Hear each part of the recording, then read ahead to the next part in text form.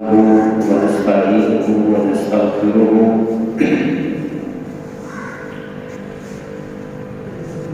ونعوذ بالله من شرور أنفسنا ومن سيئات أعمالنا من يهده الله فلا مضل له ومن يضلل فلا هادي له أشهد أن لا إله إلا الله وحده لا شريك له وأشهد أن محمدا عبده ورسوله قال الله تعالى في كلامه المجيد كلوا من ثمره إذا أثمر وآتوا حقه يوم حصاده وقال الله تعالى في مقام آخر لله خزائن السماوات والأرض ولكن المنافقين لا يفقهون وقال الله تعالى في مقام آخر الذي جعل لكم الأرض مهدا وسلك لكم فيها سبلا وأنزل من السماء ماء فأخرجنا به أزواجا من نبات شتى صدق الله العظيم وبلغنا رسوله النبي الكريم الرؤوف الرحيم إن الله وملائكته يصلون على النبي يا أيها الذين آمنوا صلوا عليه وسلموا تسليما اللهم صل على سيدنا وحبيبنا محمد وبارك وسلم عليه الصلاة والسلام عليك يا رسول الله الصلاة والسلام عليك يا حبيب الله وعلى آلك وأصحابك یا رحمت للعالمین۔ عزیزان محترم، اللہ رب العزت کی توفیق، آقا نعمت صلی اللہ علیہ وسلم کی خصوصی توجہات کے طفیل رب ذوالجلال نے ہم سب کو زندگی میں ایک بار پھر جمعے کا دن نصیب کیا۔ دعا ہے کہ اللہ ہماری حاضری کو اپنی بارگاہ میں شرف قبولیت عطا فرمائے، ایمان کی سلامتی کے ساتھ زندگی بسر کرنے کی توفیق عطا فرمائے۔ گزشتہ جمعہ مبارک میں نظام زراعت کے حوالہ سے ہی ہم نے قرآن و سنت کی روشنی میں مزید معلومات حاصل کرنے کی کوشش کی۔ اسی پہلو کو مزید آگے بڑھاتے ہوئے قرآن مقدس کی آیات کی روشنی میں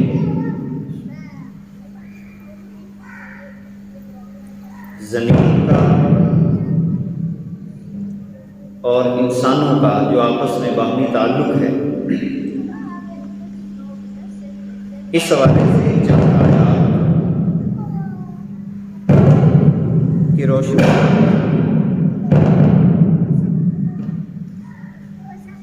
ہم کی پیدائش کے بنیادی مقصد کو سمجھنے کی کوشش کرتے ہیں۔ سب سے پہلی بات کہ رب ذوالجلال نے مال و دولت کے حوالے سے جو قرآن مقدس میں الفاظ استعمال کیے ہیں، وہ آیات تقریباً 70 کے قریب ہیں، جن میں خصوصی طور پر لفظ مال استعمال ہوا۔ کہیں پر اللہ رب العزت فرماتا ہے اموالہم، کسی مقام پہ اللہ رب العزت فرماتا ہے اموالکم، کئی مقامات پر اللہ رب العزت فرماتا ہے مالکم،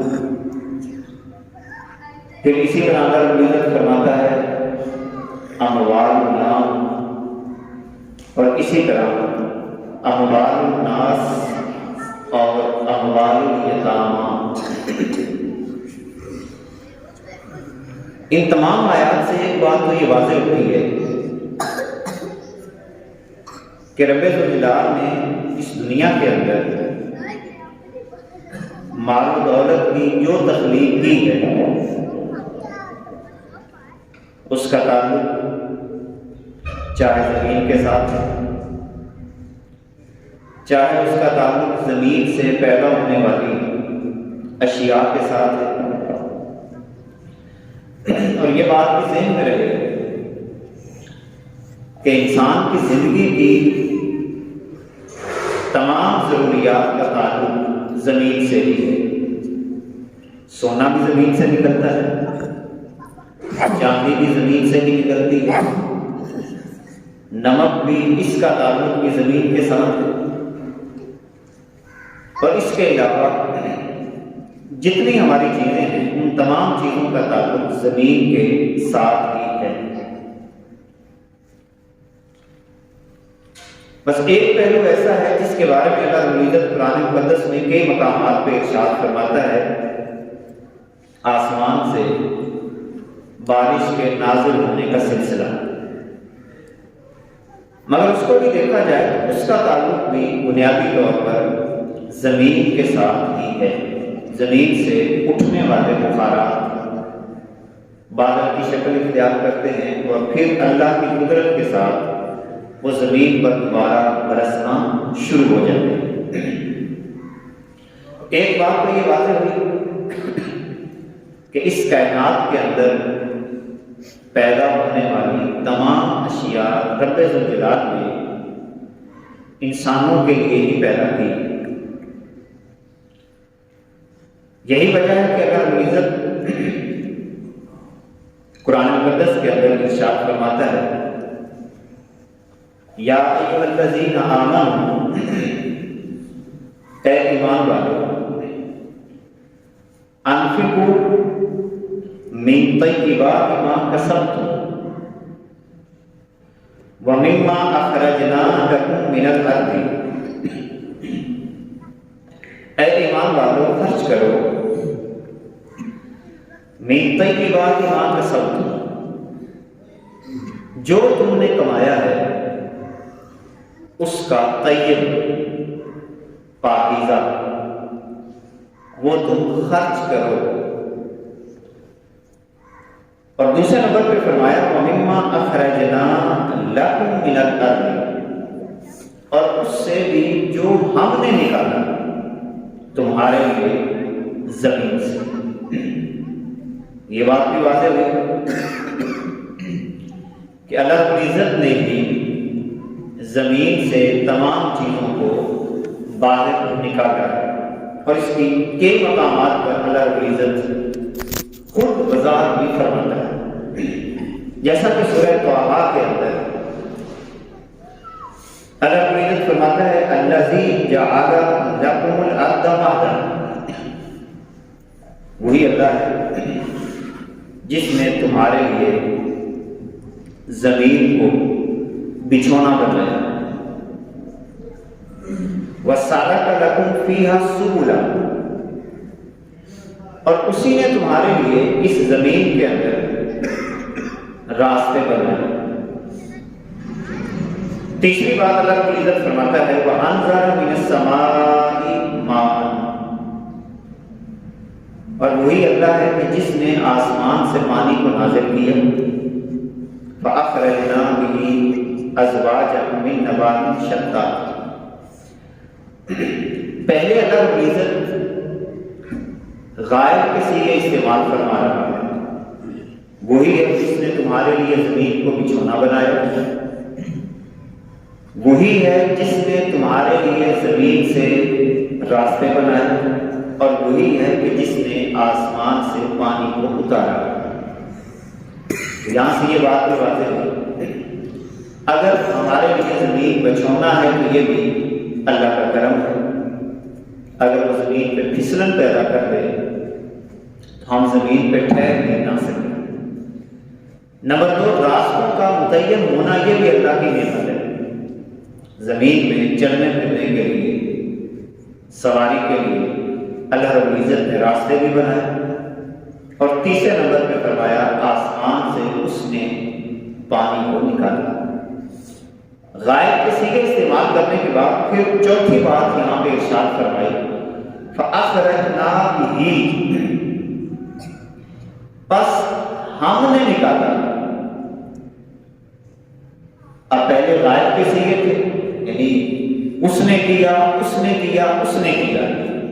اب یہاں پہ اللہ العزت فرماتا ہے ہم نے نکالا اس پانی کے ساتھ ازواجا من نبات شتیٰ، کئی قسم کے نباتات، کئی قسم کے۔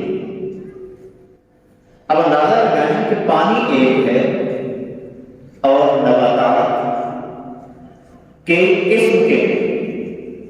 اچھا، اسی بات کی تفصیل اللہ العزت سورہ رعد کے اندر بھی ارشاد فرماتا ہے، یعنی گویا کہ اللہ العزت ہمیں یہ بتانا چاہ رہا ہے کہ جو زمین سے اگتا ہے نباتات کی شکل میں، اب یہاں پر صرف نباتات کا لفظ استعمال کیا، نباتی شتیٰ، کئی قسم کے نباتات کے جوڑے، یہ ہم نے ہی زمین سے نکالے۔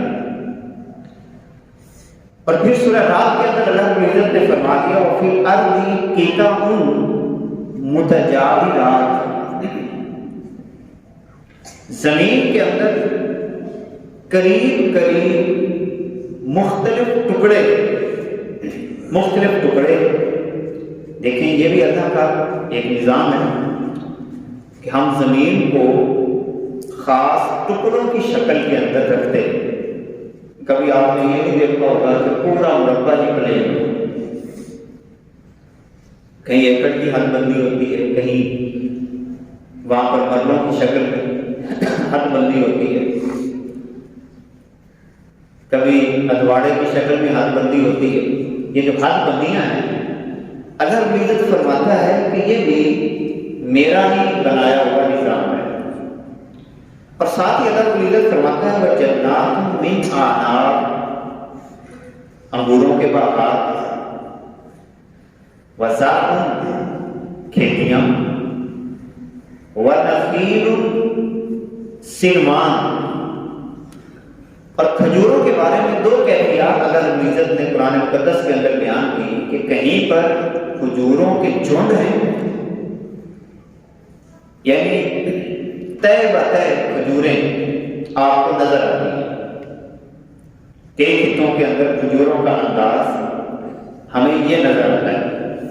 وغیر سنوان، اور کئی مقامات پر یہ کیفیت نہیں ہے، آپ اکا دکا کھجور دیکھتے ہیں، کسی کے باغ میں ایک لگی ہے، کسی کے باغ میں دو لگی ہے، لیکن باقی فصلوں کے بارے میں گندم ہے، جوار ہے، باجرہ ہے، اس کے بارے میں عموماً کائنات کا نظام یہی ہے کہ یہ اکٹھی شکل کے اندر ہوتا ہے۔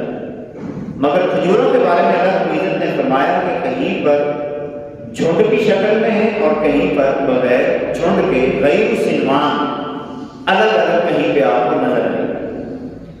یہ تمام چیزیں ذکر کرنے کے بعد اللہ رب العزت ایک بڑی پیاری بات ارشاد فرماتا ہے یسقیٰ بماء واحد، ان تمام اجناس کے اور انواع کے پھلوں کو، زمین سے پیدا ہونے والی چیزوں کو ایک ہی پانی سے پلایا جاتا ہے۔ پانی ایک ہے، زمین بھی ایک ہے، مگر ساتھ ہی اللہ رب العزت فرماتا ہے وَنُفَضِّلُ بَعْضَهَا عَلَىٰ بَعْضٍ، پھر ہم ہی درجہ بدرجہ کچھ فضیلتیں دیتے ہیں فی العقول ذائقے. اب اس کو ہم مشاہدات کے اندر ہم دیکھ سکتے ہیں. ایک ہی زمین ہے، گندم بھی ہے، ساتھ کوئی اور آپ نے پھل بھی اگایا ہوا ہے، کچھ سبزی بھی لگائی ہوئی ہے، مگر ایسا تو نہیں ہے کہ آپ پانی مختلف دیتے ہیں، پانی ایک دیا جاتا ہے. مگر رب جلال فرماتا ہے کہ یہ ہمارے حکم سے ہی زمینوں کے اندر پیدا ہونے والی اشیاء، ان کا ذائقہ بھی ہم مختلف کرتے ہیں، اور ایک ہی قسم کی پیدا ہونے والی چیز اس کے ذائقے کے اندر بھی فضیلت ہم ہی ادا کرتے ہیں. ایک آم کا درخت ہوتا ہے، ہر آم کا ذائقہ مختلف ہوتا ہے. ایک سکے کے اندر دانوں کی کیفیت مختلف ہوگی. ایک ہی زمین کے اندر پیدا ہونے والے تمام دانے یا تمام سکے برابر نہیں ہو سکتے، ہر ایک کی تھوڑی بہت کیفیت کے اندر اختلاف ہوگا. اب یہاں پہ اللہ عزت یہ تمام چیزیں بیان کرنے کے بعد ارشاد فرماتا ہے ان فی ذالک لآیات، بے شک زمین کی اس تخلیق کے بارے میں جو تم دیکھتے ہو ضرور نشانیاں ہیں لقوم یعقلون، عقل رکھنے والی قوم کے لیے. جن کے پاس عقل ہے وہ اس زمین کے نظام سے سمجھ سکتے ہیں کہ ایک طاقت ہے جو اس سارے کے سارے نظام کو چلا رہی ہے. اب مزید آگے اللہ عزت ایک اور تقسیم بیان فرماتا ہے زمینوں کی قرآن مقدس کے اندر. فرمایا والذی انزل من السماء ماء لکم، وہی اللہ ہے کہ جس نے تمہارے لیے پانی نکالا، پانی نازل کیا آسمان سے. منہ شراب، اس میں سے کچھ پانی تو تمہارے پینے کے لیے، وَمِنْهُ شَجَرٌ، اور اس میں سے کچھ ایسے درخت، نباتات، سبزہ اللہ تعالیٰ تمہارے لیے اگاتا ہے، فِيهِ تُسِيمُونَ، جس کے ساتھ تم اپنے جانوروں کو چراتے ہو. اب یہاں پر اللہ عزت نے جانوروں کا بھی ذکر کر دیا. اب جس سے یہ پتہ چلا کہ زمین سے پیدا ہونے والی اشیاء سے فائدہ صرف انسان ہی حاصل نہیں کریں گے، بلکہ جانوروں کا بھی اتنا ہی حق ہے جتنا کہ انسانوں کا حق ہے. کیونکہ اللہ رب العزت نے تمام مخلوقات کے لیے زمین سے پیدا ہونے والی اشیاء کو خاص کیا ہے. اس کا یہ مطلب بھی ہوا کہ اگر میں روٹی کھاتا ہوں اور میں اپنے جانور کو بھوکا رکھتا ہوں تو قیامت کے دن مجھ سے اس کا بھی سوال کیا جائے گا. یا خدا نخواستہ اپنے جانور کو صحیح خوراک فراہم نہیں کرتا، خود تو اچھی کھاؤں مگر اپنے جانور کو اچھی خوراک نہ دوں، اس کا سوال بھی مجھ سے کیا جائے گا. کیونکہ زمین سے پیدا ہونے والی چیزوں کا حق جس طرح انسانوں کا ہے اسی طرح جانوروں کا بھی. اب اس سلسلہ میں ایک روایت بھی ہمیں ملتی ہے، بلکہ کئی روایات. نبی کریم صلی اللہ علیہ وسلم آپ کہیں پہ تشریف لے کے جا رہے ہیں، ایک اونٹ نبی کریم صلی اللہ علیہ وسلم کی بارگاہ میں حاضر ہوا اور آ کے بلبلانے لگا. آقا نعمت صلی اللہ علیہ وسلم کی بارگاہ میں وہ کچھ بلبلایا، سرکار نے اس کی بات کو سنا اور پھر رسول اللہ صلی اللہ علیہ وسلم نے اس جانور کے مالک کو بلایا اور فرمایا کہ تیرا جانور تیری شکایت لے کر میرے پاس آیا. اب شکایت کیا تھی؟ اس جانور نے اپنے مالک کی شکایت یہ کی کہ میرا مالک مجھ سے کام تو بہت زیادہ لیتا ہے، بہت زیادہ کام لیتا ہے، مگر میری خوراک کا اور میرے آرام کا خیال نہیں کرتا. تو نبی کریم صلی اللہ علیہ وسلم نے باقاعدہ طور پر اس صحابی کو ارشاد فرمایا کہ اس جانور کا خیال رکھا کرو اور اس کو چارہ وقت پہ دیا کرو، اس کے آرام کا بھی خیال رکھا کرو. اور نبی کریم صلی اللہ علیہ وسلم نے باقاعدہ طور پر جانوروں کے حقوق جہاں پر بیان کیے ہیں ان میں واضح طور پر اللہ کے نبی صلی اللہ علیہ وسلم نے فرمایا ہے کہ قیامت کے دن تم سے جانوروں کے متعلق بھی سوال کیا جائے گا، حتیٰ کہ جانوروں کو گالی نکالنے سے بھی اللہ کے نبی نے منع کیا۔ یہ جو ہم بعض دفعہ جانوروں کو گالیاں نکالتے ہیں، برا بھلا کہتے ہیں، شریعت اسلامیہ میں آپ جانور کو بھی گالی نہیں دے سکتے، چہ جائے کہ انسانوں کو گالی دیں۔ گویا کہ یہاں سے اللہ رب العزت نے زمین سے پیدا ہونے والی اشیاء کا جو حق ہے وہ جانوروں کے لیے بھی بیان فرمایا ہے۔ اچھا، پھر اسی طرح ایک اور مقام پر اللہ نے تفصیل کے ساتھ کچھ چیزوں کو بیان کیا، فرمایا کہ فَلْيَنظُرِ الْإِنسَانُ إِلَىٰ طَعَامِهِ۔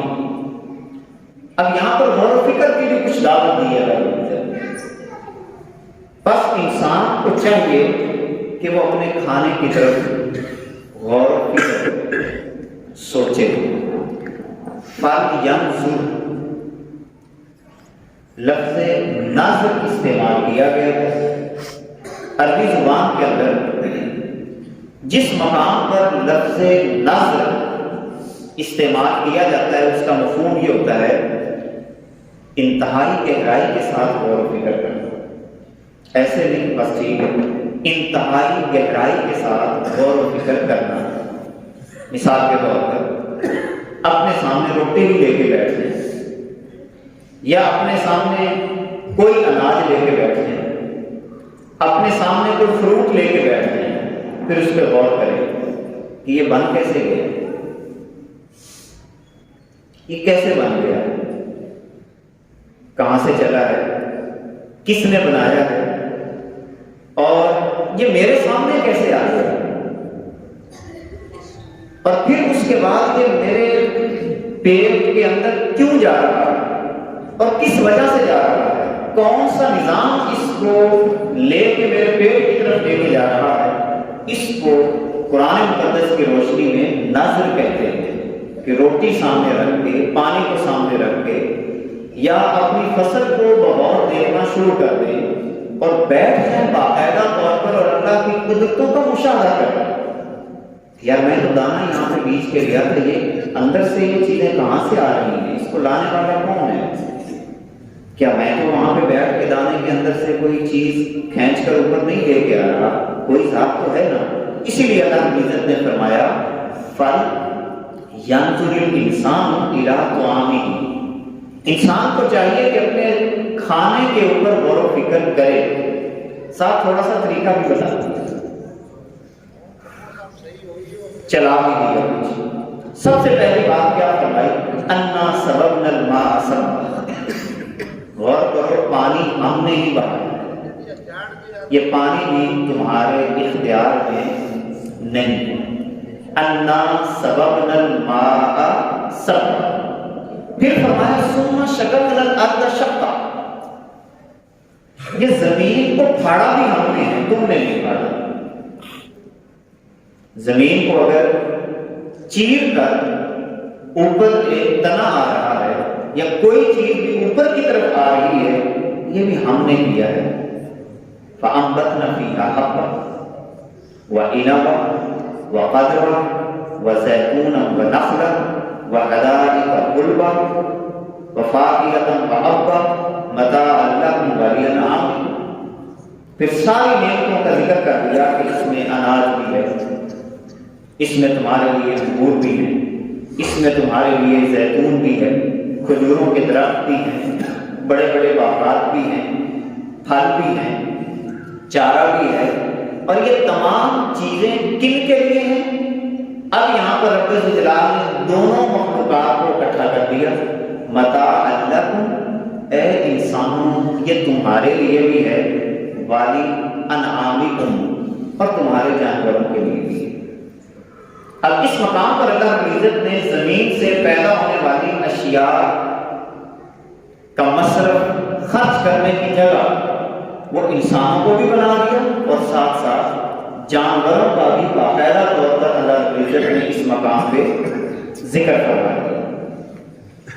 پھر آگے بڑھتے ہیں، اللہ رب العزت ایک اور مقام پہ ارشاد فرماتا ہے زمین کی تخلیق کے حوالے سے، یہ تمام چیزیں ذکر کرنے کے بعد کہ یہ تمہارے لیے ہے، زمین تمہاری ہے۔ اب یہاں پر تو اللہ رب العزت نے کہیں پہ اموالکم کا لفظ استعمال کر دیا، اموالکم کا لفظ استعمال کیا، مال اس کا مال، اموالنا ہمارا مال، اموال الناس لوگوں کا مال، اموال الیتامى یتیموں کا مال۔ میں جیسے عرض کیا تقریباً 70 آیات ایسی ہیں جن میں اللہ رب العزت نے لفظ مال کی نسبت انسانوں کی طرف کی۔ یہ سارا کچھ کرنے کے بعد اب ایک بات اور اللہ رب العزت ارشاد فرماتا ہے کہ کہیں اس بھول کا شکار نہ ہو جانا کہ یہ جو میں نے تمہیں دیا ہے اسے اپنی ملکیت سمجھ بیٹھنا۔ بڑے پیارے لفظ ہیں، ایک جملے کے اندر انسانوں کو 2 حصوں میں اللہ نے تقسیم کر دیا۔ فرمایا للہ خزائن السماوات والارض، اللہ ہی کی ملکیت میں ہے آسمانوں اور زمین کے خزانے، ولکن المنافقین لا یفقہون، منافقوں کو یہ بات سمجھ میں نہیں آتی۔ اب اس ایک جملے کے اندر کتنی گہری بات اللہ نے کر دی۔ مطلب کیا ہوا؟ سادہ سا مطلب ہے، کوئی مشکل اور پیچیدہ مسئلہ نہیں ہے۔ اللہ نے فرمایا کہ زمین میں نے تمہیں دی، اس سے پیدا ہونے والی چیزیں تم استعمال کرتے ہو، کھیتی باڑی تم کرتے ہو، زراعت تم کرتے ہو، خود بھی کھاتے ہو، جانوروں کو بھی کھلاتے ہو، اور میں نے تمہارے لیے 70 دفعہ کم از کم یہ صیغہ بھی استعمال کر دیا، اموالکم، اموالکم، مالنا، اموال الناس، اموال الیتامى کے لفظ اگرچہ استعمال کیے ہیں مگر یاد رکھنا یہ تمہارا نہیں، یہ ہے میرا ہی، اور اس سے میری ہی ملکیت سمجھنا۔ اور ساتھ کیا فرما دیا؟ منافقوں کو یہ بات سمجھ میں نہیں۔ اب کیا مطلب ہوا؟ مومن اس زمین کو اپنا نہیں سمجھے گا، اللہ کی دی ہوئی نعمت سمجھ کر، اللہ کی دی ہوئی عطا سمجھ کر، اللہ کی طرف سے دیے ہوئے کرم کی بنیاد پر اس کا استعمال کرے گا، اور منافق اس زمین کو اپنی ملکیت سمجھ کر استعمال کرے گا۔ وہ کہے گا بس میری، میں جو مرضی کروں۔ اسی لیے جو لوگ اس بیماری کا شکار ہوتے ہیں، رب ذوالجلال نے ایسے لوگوں کو منافقین کے نام سے تعبیر کیا کہ منافقوں کو یہ بات سمجھ میں نہیں آتی، وہ یہ سمجھ بیٹھے کہ یہ شاید ہماری ہی ہے، اور یہی اسلام کا نظام زراعت ہے۔ کچھ باتیں اور میں آپ کو اس حوالے سے یاد کرتا ہوں۔ اللہ رب العزت نے قرآن مقدس کے اندر اور نبی کریم صلی اللہ علیہ وسلم نے اپنی احادیث کے اندر اس بات کو روز روشن کی طرح واضح کیا کہ یہ جو تمہیں مال و دولت دیا جاتا ہے ضروری ہے کہ تم اس کو لوگوں میں تقسیم کرو، جیسا کہ اللہ رب العزت قرآن مقدس کے اندر ارشاد فرماتا ہے کَيْ لَا يَكُونَ دَوْلَةً بَيْنَ الْأَغْنِيَاءِ مِنْكُمْ، یہ جو میں تمہیں بار بار حکم دے رہا ہوں، جیسا کہ فرمایا انفقوا من طیبات ما کسبتم، خرچ کرو اے ایمان والو جو تم نے کمایا ہے اور جو اپنی زمین سے نکالا ہے، خرچ کرو۔ اور دوسرے مقام پہ کیا فرمایا کلوا من ثمرہ اذا اثمر، کھاؤ کھیتی کے کٹنے کے دن، لیکن ساتھ ایک بات یاد رکھنا وَآتُوا حَقَّهُ يَوْمَ حَصَادِهِ، کھیتی جب کٹ رہی ہو اور تمہارے سامنے ڈھیر لگ جائے، کتنا پیارا لفظ یہاں پہ اللہ نے استعمال کیا، یعنی آپ کے سامنے کھیتی کٹی، کھیتی کا ڈھیر لگا، تو سب سے پہلے کیا کرنا ہے تم نے؟ اللہ کا حق ادا کرنا۔ اب کیا اللہ کو بھوک لگی ہوئی ہے کہ اللہ کو ہمیں گندم دے دی؟ کیا اللہ کو ضرورت پڑ گئی ہمارے اناج کی؟ جبکہ وہ تو کہہ رہا ہے کہ یہ سارا کچھ میرا ہے، اگاتا بھی میں ہوں، سارا کچھ میں کرتا ہوں۔ وہ کیوں یہ کہہ رہا ہے؟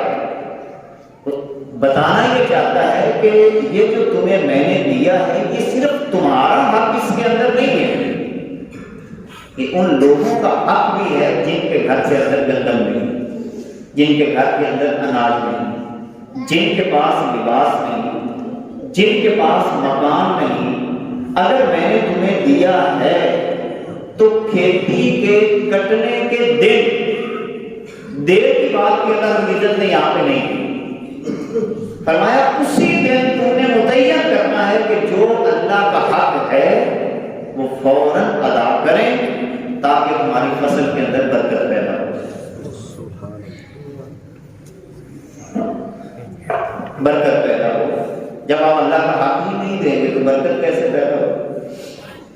یہ تو ایسے ہی ہوا کہ آپ مجھے 100 روپے دیں، دیے بھی آپ نے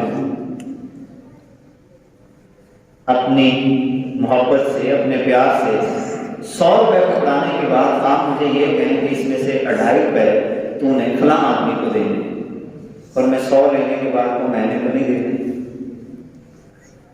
تو کیا اگلی دفعہ آپ کے دل میں میری محبت رہے گی؟ سوال ہی پیدا نہیں ہوتا۔ بالکل اسی طرح اللہ رب العزت قرآن مقدس کے اندر یہ ارشاد تو فرما رہا ہے بار بار کہ زمین میں نے تمہیں دی ہے، سارا کچھ دیا ہے، مگر اس کا حق ادا کرو، فوراً کرو۔ زکوٰۃ فرض ہوئی ہے، فوراً اس کو ادا کرو، انتظار نہ کرو۔ جس دن اللہ رب العزت نے تمہیں فصل عطا کی ہے فوراً اللہ کا حق ادا کرو، باقی سارے معاملات اپنے بعد میں کرو۔ اور اس کا مقصد کیا بیان کیا؟ کئی لا یکون دولتا بین الاغنیاء منکم، کتنا واضح فلسفہ اللہ رب العزت یہاں پہ بیان فرما رہا ہے کہ یہ نظام میں نے تمہارے لیے بنایا ہی اسی لیے ہے تاکہ دولت تم میں سے غنی لوگوں کے درمیان ہی گردش نہ کرتی رہے، امیر امیر تر نہ ہو بلکہ تمام تر سرمایہ جو اللہ رب العزت نے عطا کیا ہے وہ تمام لوگوں میں بانٹا ہے۔ اب اس پر ایک روایت سنیے، حضرت ابوذر غفاری رضی اللہ تعالیٰ، اس روایت امام بخاری نے بھی اور کئی ائمہ نے نقل کیا ہے۔ آپ فرماتے ہیں کہ کنت امشی مع النبی صلی اللہ علیہ وسلم، میں آقا نبی صلی اللہ علیہ وسلم کے ساتھ ساتھ چل رہا تھا احد پہاڑ کے قریب، احد پہاڑ کے قریب میں حضور علیہ الصلوۃ والسلام کے ساتھ پیدل چل رہا تھا۔ تو آقا نبی صلی اللہ علیہ وسلم نے فرمایا یا ابا ذر، اے ابو ذر، تو کہتے ہیں میں نے عرض کی لبیک یا رسول اللہ، لبیک و سعدیک یا رسول اللہ، میرے ماں باپ آپ پر قربان، آپ ارشاد فرمائیں۔ تو کائنات کے آقا نے فرمایا اے ابو ذر، اور پہاڑ کو دیکھ رہے ہو؟ جی یا رسول اللہ صلی اللہ علیہ وسلم دیکھ رہا ہوں۔ فرمایا کہ میرا کبھی یہ دل نہیں کرے گا کہ میرے پاس احد پہاڑ جتنی دولت آ جائے، اور احد پہاڑ آپ جانتے ہیں، جنہوں نے دیکھا کتنا بڑا ہے، اور میں 3 دن سے زیادہ اسے اپنے پاس رکھوں، بلکہ اس کو میں کچھ حصوں میں تقسیم کر دوں گا، اس میں ایک حصہ تو میں اپنے استعمال کے لیے رکھوں گا، اور وہ بھی بلکہ حضور نے جو وہاں پر لفظ ارشاد فرمایا جو مجھ پہ قرض ہے میں اس قرض کو ادا کرنے کے لیے رکھوں گا، قرض کو ادا کرنے کے لیے۔ اور حضرت ابوذر رضی اللہ تعالیٰ عنہ کہتے ہیں کہ حضور نے اپنے ہاتھوں سے اشارہ کیا، یوں بھی اشارہ کیا، یوں بھی اشارہ کیا، یوں بھی اشارہ کیا۔ یہ تمام اشارے کرنے کے بعد اللہ کے نبی نے فرمایا کہ میں اس انداز کے ساتھ سارا کا سارا اللہ کے مخلوق میں تقسیم کر دوں گا۔ تھوڑی دیر حضور خاموش ہوئے، پھر فرمایا یا ابا ذر، اے ابو ذر، عرض کی حضور آپ ارشاد فرمائیں۔ اب حضور اللہ ارشاد فرمایا، کائنات کے آقا نے فرمایا کہ دنیا کے اندر جن کو اللہ نے زیادہ مال دیا ہے، زیادہ مال دیا ہے، قیامت کے لیے ان میں سے اکثر خسارے میں چلے گئے، سوائے ان لوگوں کے جنہوں نے اللہ کے دیے ہوئے مال کو اللہ کی مخلوق پہ تقسیم کر دیا اور آگے مانتے رہے، دیتے رہے، اللہ کی مخلوق پر یہ دولت کو تقسیم کرتے رہے۔ کیونکہ اسلام کا جو نظام ہے، یہاں پر آخری بات جو میں آج کے جمعہ مبارک کی بنیادی طور پر عرض کرنا چاہتا ہوں کہ اسلام نے جاگیردارانہ نظام کے مقابلے میں جو اسلامی زرعی نظام ہمیں عطا کیا ہے، اس میں زمین و آسمان کا فرق ہے۔ جاگیردارانہ نظام کیا تھا؟ نمبر ایک کہ وہ کام کرنے والوں کو اپنا غلام سمجھتے، جبکہ اسلام نے ایسی صورتحال ہمیں نہیں۔ جاگیردار اپنی زمینوں پر کام کرنے والے لوگوں کو اپنا غلام سمجھتے ہیں کہ یہ ہمارے غلام ہیں، ہماری رعیت ہیں، ہم اپنا مکمل انتظامی اور عدالتی اختیار بھی ان پر رکھتے ہیں، ہم جو ان کو حکم کریں گے یہ ہمارے حکم ماننے کے پابند ہوں گے۔